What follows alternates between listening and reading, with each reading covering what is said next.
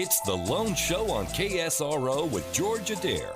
Call in with your questions now at 636-1350. Hey, good afternoon, Sonoma County.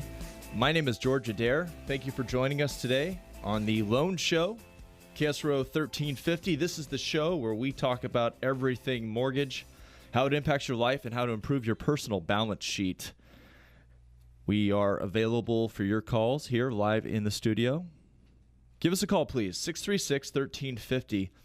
636-1350. You know, this show is catered to you, the listener, and it's really a more interesting show when you call us and tell us about your challenges with your current lender or your mortgage. Maybe you have questions that you don't feel like walking into the bank because, you know, they know you and you don't feel like telling them about all of your personal credit or income challenges.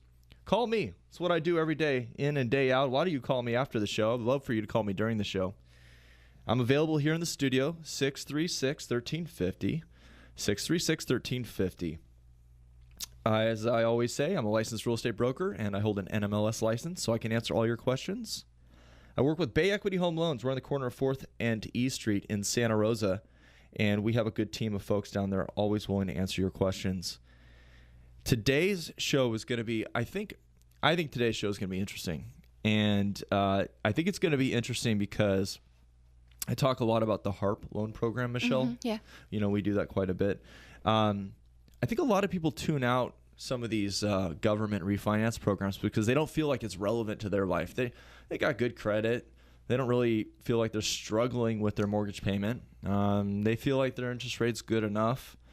But I think people should look at HARP and other loan programs in a different light. I think that they should be looking at it like, hey, is there a way for me to take advantage of the current lending environment to improve my long-term balance sheet, my long-term strategy? Right. Well, your home is your biggest investment generally, so if you can improve that investment, why not? It is. That's a great comment. The reality of our lending world and our financial lives is that when you get a loan, it's probably the biggest financial move 98% of the people have done. So use me here. Let's talk about that a little bit, but I'm going to give you some ideas that I want you to think about, listeners. And a lot of the KSRO listeners are going to respond to this angle pretty well. So are you feeling the pinch? Is your quality of life not quite what it was 4 years ago? I think everybody could raise their hands and say, yeah, it's changed. I've made some changes. Gas prices are shooting up. Some people think it's more expensive to buy groceries today. Everything is just changing, and maybe you're not eating out as much with your family. Maybe your vacation's more of a goal and less of a reality.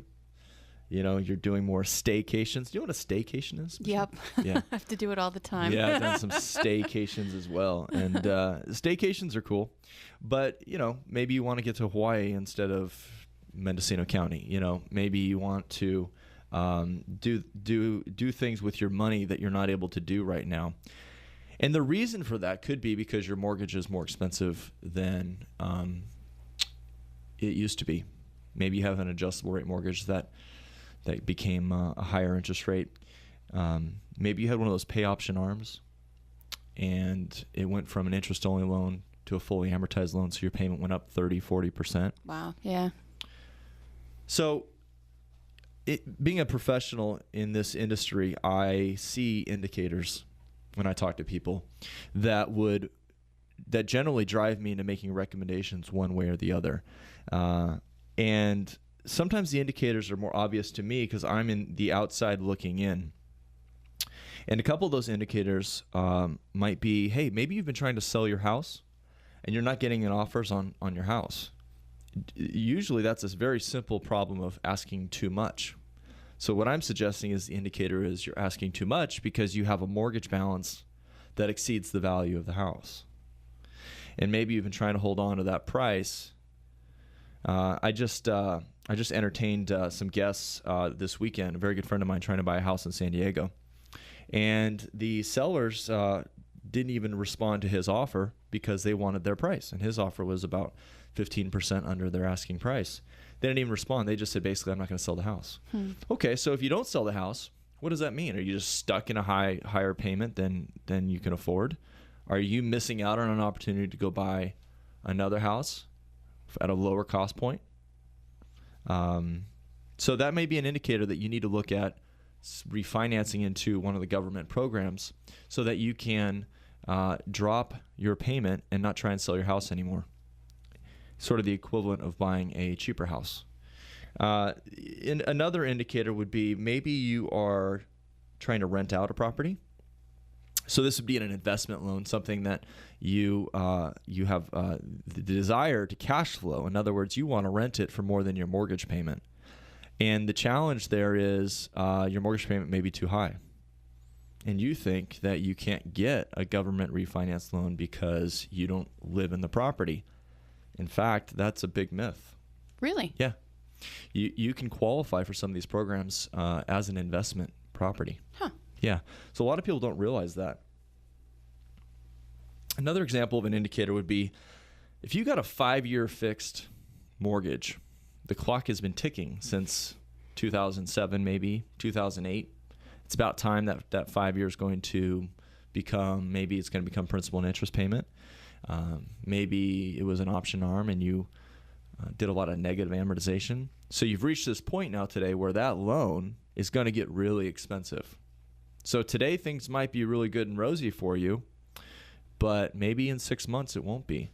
Michelle, did you know that those loans, a lot of them dropped?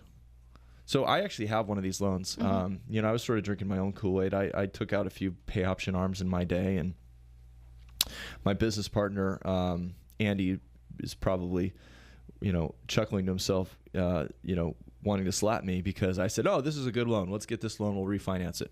Well, unfortunately, the market sort of peaked. And did my voice just crack there? It did, right there. I think... well, you peaked and your voice cracked. Yeah. So I was drinking my own Kool-Aid, and I still have this stupid loan on this property in Hillsburg. And about 3-4 months ago, I got a letter saying my payment was dropping almost $1,100 a month. Yeah, it was an adjustable rate mortgage. So it went from this high 7% non-owner occupied rate all the way down to about 3.1. Whoa. Yeah. So my payment just immediately tanked, and now the condo actually cash flows really well. Oh, that's good. Here's the problem. That loan can go up 1% every 6 months. Yeah. So it already did go up about 0.5%. For my next payment, I think it's coming up here. The April payment's going up about $100. So there are some benefits to these adjustables, but I will tell you right now that you do not want an adjustable rate mortgage on any property. Just because your rate right now might be 3.5% because the Fed is artificially keeping interest rates low. They're flooding the economy with money. The inevitability is that when we rebound out of this market that we're in, go right back up. Yeah, rates are going to go up. They have to. They're too low. They've been too low for a long time, and eventually they'll go up. So that's an indicator. If you have one of those 5-year arms, I can tell you and look in my crystal ball that your rates will go up, and you need to be looking at what resources you have available to you right now for refinancing out of that program. Another indicator would be simply look at your savings account. Are you like 50% of Americans who don't save anything and have zero savings? That's a true statistic, folks. Half of our country has no money in the bank, paycheck to paycheck. You could have a 780 FICO score. You could have a nice low debt-to-income ratio, but people are not saving money. Now, if I can show somebody that they can take advantage of a refinance program and save them 10 to 15% on their mortgage payment. You could sock that away, couldn't you? Exactly. You could be socking that away. Where you put that's up to you. Some people choose to actually pay down their principal faster, and other people choose to put that into a savings account or their IRA. And when's the last time you actually contributed to your IRA? When's the last time you adjusted your 401k withholdings through your employer? So creating a refinance opportunity, refinancing into a new loan creates an opportunity for you to save. So that's another indicator. If you're not saving money, you need to look at how can you start saving money. Because what's your plan? Is your retirement plan Social Security? If you're under 40 years old and your retirement plan is to start taking Social Security in 22 to 25, 30 years. Folks, open a newspaper. Social Security is not in good shape. So you should be saving money, or you should be finding a way to pay your mortgage off faster so that when you do get to retirement age, you're not stuck in some 6% mortgage or some really far upside down mortgage. If you have an interest-only loan right now, that was a strategy that fit a lot of people's lives. That's another indicator that you need to get out of that mortgage. Interest-only loans are bad. They fit a lifestyle, but they do not fit a financial plan. Mm-hmm. What I mean by a lifestyle is they enable you to have a lower mortgage payment, sort of get away with a lower mortgage payment, but you're just pushing off the inevitable. At some point, you have to pay back your loan. Did you know if you have an interest-only loan, it's probably only going to be interest-only for 10 years? After that 10th year, it becomes a 20-year amortized loan. What's your plan? Are you going to get a 25% increase in your income by the time that happens? Are you going to be able to afford your 20-year amortized mortgage that you made no principal reductions on the whole time you had it? You got the interest-only loan because it fit your objective of affording the house. But what's your objective now? How are you going to afford your house? So, folks, there's a lot that people should be looking at. Indicators. You don't have to have bad credit. You don't have to be underwater on your house. You don't have to be distressed and unemployed to look at HARP and look at FHA Streamline as programs that can help you improve your current situation. So we're going to go to break here, and I want you to think about questions you may have. Give me a call here at 636-1350, 636-1350. We are going to also offer you some free information. If you get out your mobile phone and text the word HARP, H-A-R-P, HARP, kind of like a musical instrument, cue the sound. I don't have a cue for that sound. I'm sorry. Oh, we're too low budget for that. HARP to 41411. We can send you 6 most important qualifiers so you can assess on your own if you're a good candidate for HARP. We're going to break. We'll be back in just a few minutes. To find out more about Bay Equity Home Loans, call George Adair at 707-583-8100. That's 707-583-8100. Hey there, Sonoma County. This is George Adair, host of the all-new Loan Show on KSRO. I'm inviting KSRO listeners to join me on Wednesday at 12:30 for a lighthearted but informative look at mortgage and real estate matters that affect you. I want your calls and questions, so join me Wednesdays at 12:30 for the Loan Show on KSRO.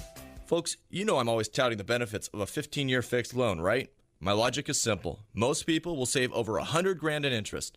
You could actually own your home free and clear by the time you retire. I want you to know that Bay Equity Home Loans is offering a 15-year loan at 3.25%, APR 3.39%. So call me at 583-8100 and see if you qualify for this amazingly low fixed rate loan and start paying your loan off for good. Call 583-8100 and see how much you can save. That number again is 583-8100.